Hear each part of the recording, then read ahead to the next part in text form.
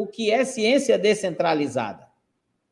Quando a gente fala, Walter, de criptos em geral, mas especialmente do DeFi, tá? Que são as ciências, não, mas as finanças descentralizadas, a gente está falando basicamente do quê? Né? De retirar aquele intermediário, porque são instrumentos que estavam basicamente à disposição apenas de bancos.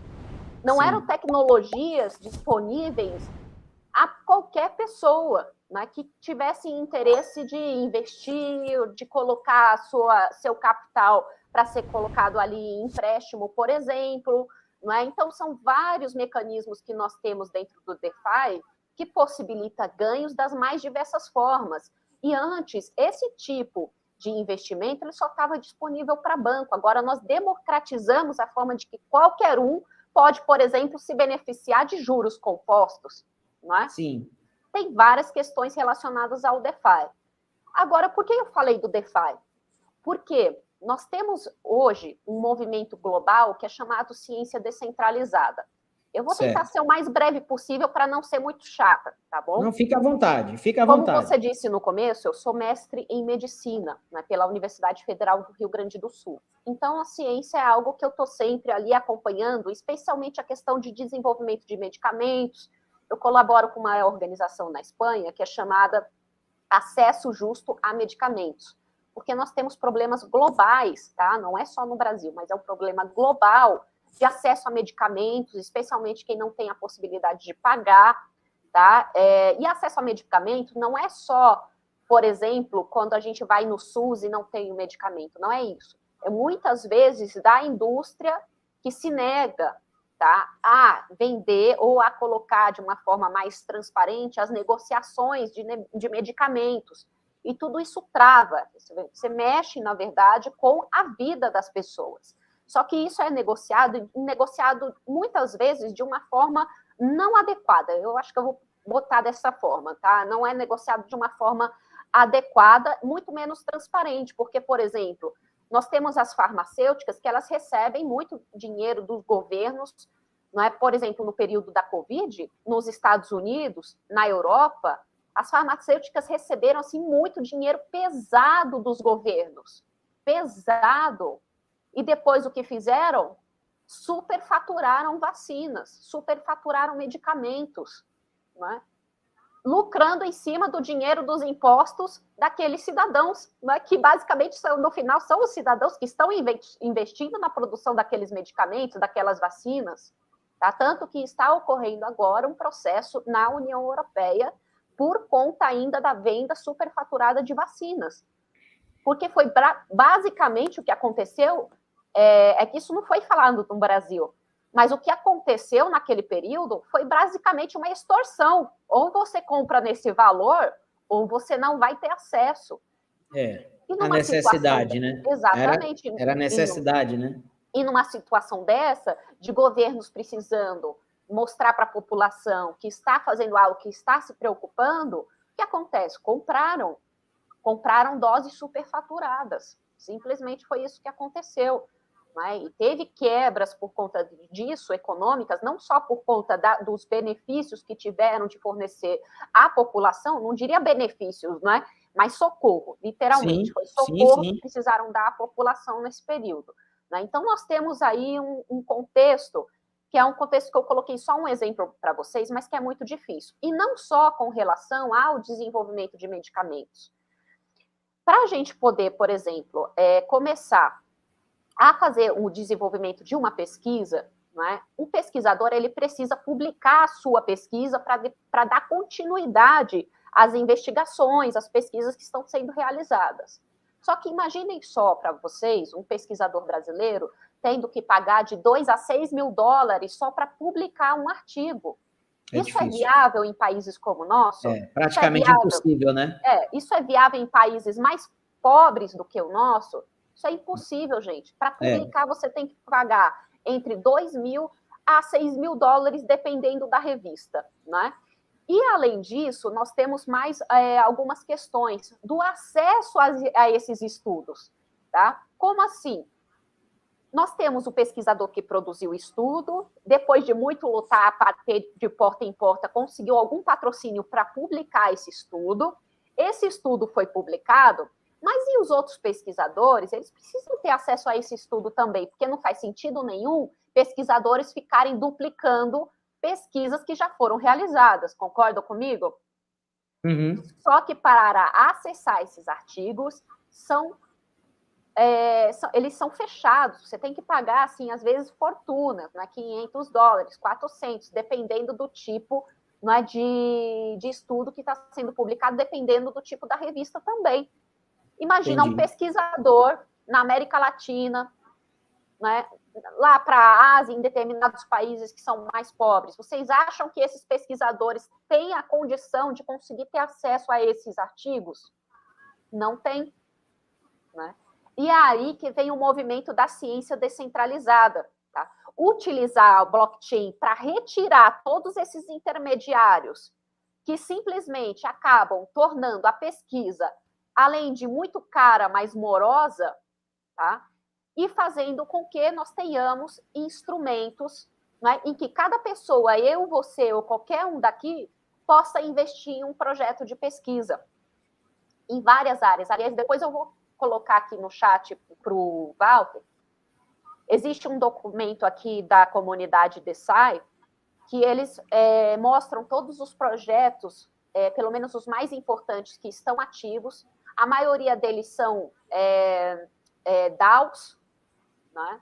Ou seja, são comunidades, né, autônomas descentralizadas. Sim. Hoje em dia, por exemplo, existem várias formas de você investir nesses tipos de projetos, e são várias áreas, tá?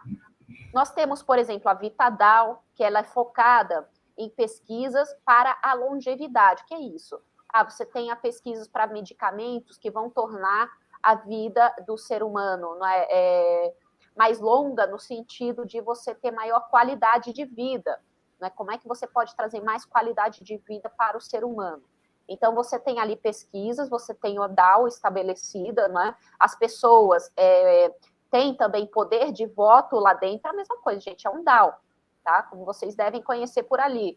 Tem poder de voto, e mais, hoje nós temos algo que é chamado IP-NFT, porque nós temos, além disso, a questão da propriedade intelectual, tá?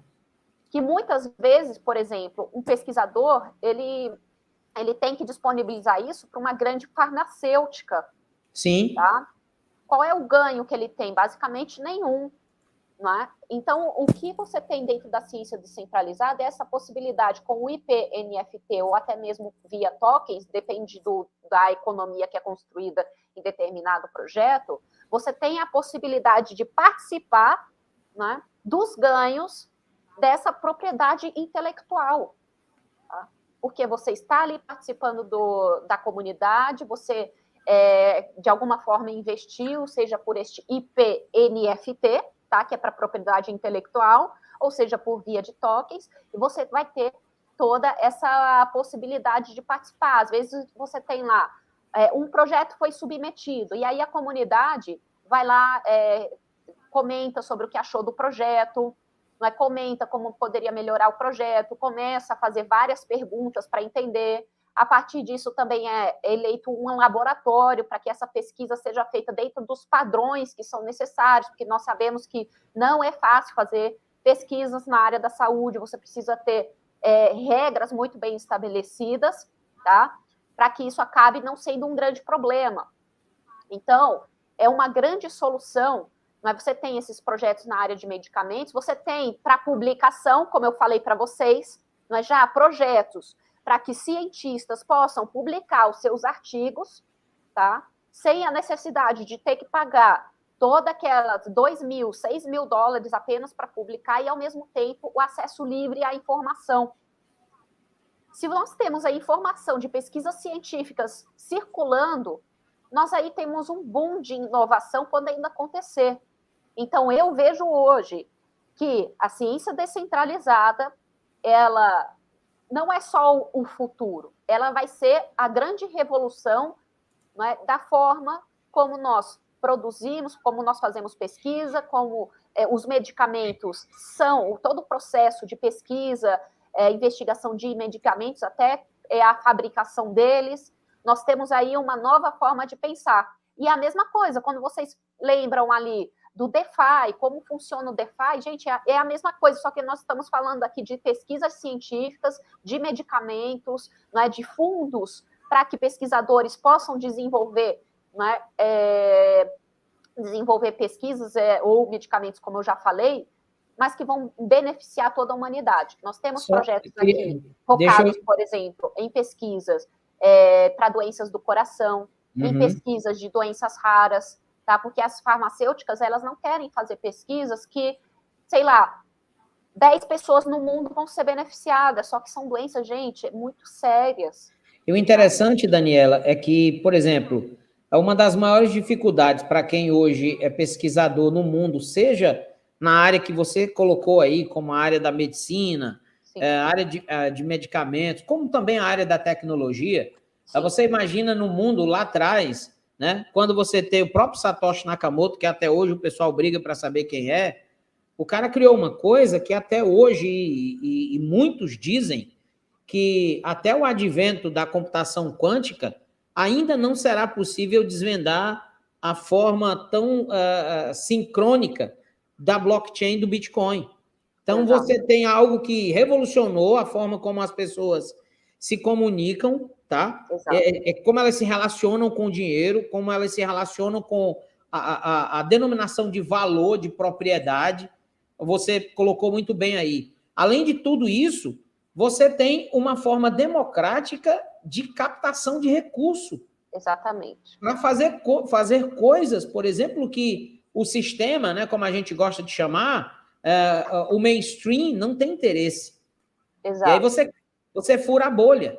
Você torna uma pessoa comum, um comum deixa de ser comum. Eu sou uma pessoa comum do povo, mas no contexto da blockchain, no contexto do DeFi, no contexto da pesquisa tecnológica, nós somos um hub dessa sociedade autônoma descentralizada, que são as DAOs, né? Que são as DAOs.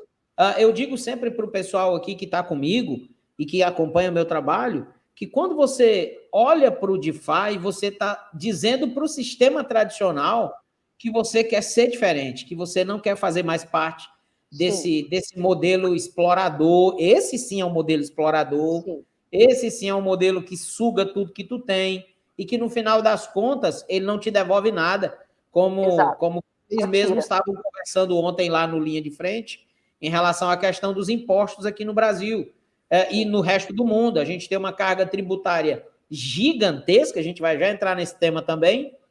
A gente tem uma carga tributária gigantesca com um retorno de serviço prestado à população pífio, né? Exatamente, Walter. E quando a gente está falando, né, desse meio, da blockchain, transparência, liberdade, são conceitos que não estão mais no nosso dia a dia. E nós encontramos aqui a possibilidade realmente de inovar e de ter processos de governança que são adequados, que as pessoas confiam, porque as pessoas falam assim, na blockchain nós confiamos, mas não é só a blockchain, mas todo o processo que a blockchain permite que a gente utilize de forma adequada, né? Eu estava lendo aqui, desculpa. Mas que a gente possa utilizar isso de uma forma adequada. Por exemplo, eu fui, né, a convite da própria Maria, do pessoal da Cardano, no evento que eles tiveram recentemente aqui em São Paulo, para contribuir no processo de governança da Cardano, porque eles entraram nessa era agora, né? A era Voltaire. E muito interessante, porque agora a forma de governança da Cardano, ela vai ter um salto, na verdade, né? Em que as pessoas realmente vão passar a votar nas transformações da rede Cardano, né? E tanto que eu até falei para vocês, olha, a forma como está sendo pensado aqui é quase um parlamentarismo, né? Mas que todos vão poder participar, né, de uma forma bem transparente, bem adequada, se isso for concluído dessa forma como está caminhando. Né? Então, olha só, o tanto de inovação. E aí eu sempre falo, por que eu fico prestando atenção? Porque são experiências que nós podemos, sim, trazer para o meio da gestão pública, para o meio político, não é? Porque eu sempre falo, Walter, quando eu estava dando aula, eu dava aula de análise de política pública. E quando eu perguntava para o seguinte para os meus alunos: qual é a instituição mais importante de um país? E aí eles começaram a falar: é o judiciário, é o STF, né? É o governo executivo, é o legislativo. Eles iam falando. Aí eu trouxe de volta, né?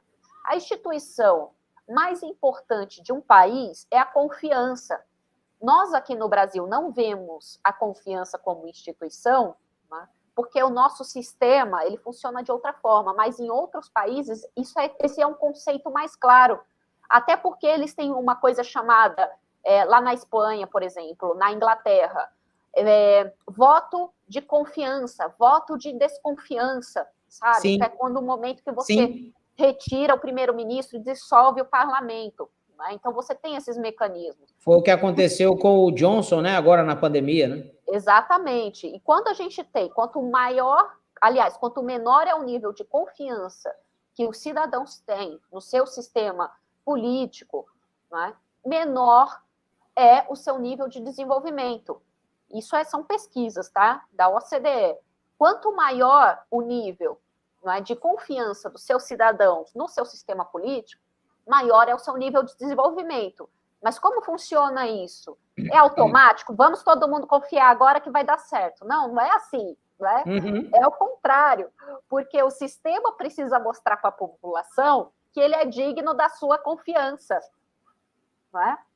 Então, por isso que nós temos essa questão. E essa tecnologia, e a blockchain, né, e todas essas ferramentas maravilhosas que estão sendo criadas, né, nos traz essa confiança de volta. Nós podemos fazer muitos projetos bacanas, não só na área da saúde, mas em várias áreas, participar, mesmo que não seja eu criando o projeto, eu posso participar de algum que eu achei interessante. Sim. Como investidora, né, como uma participante, às vezes até trabalhar dentro do projeto, nós temos 1001 possibilidades, né? Daniela, tem uma área que está crescendo muito no mercado, não sei se você já chegou a ver, que são os RWAs. Eu sempre que tenho a oportunidade, eu falo aqui no canal, que na prática é a tokenização de coisas do mundo real. Né? E você trazendo essa explicação sobre a ciência descentralizada, eu até vou aqui assumir um compromisso público de me aprofundar mais no tema, porque eu achei muito interessante. A tokenização ela está possibilitando, por exemplo, que artistas freelancers, por exemplo, consigam captar recurso no mercado para colocarem as suas músicas para rodar. Pintores conseguem tokenizar suas obras, artistas plásticos, o pessoal do cordel, até escolas estão conseguindo tokenizar, por exemplo, escolas que têm um projeto eu sou professor por formação, tá?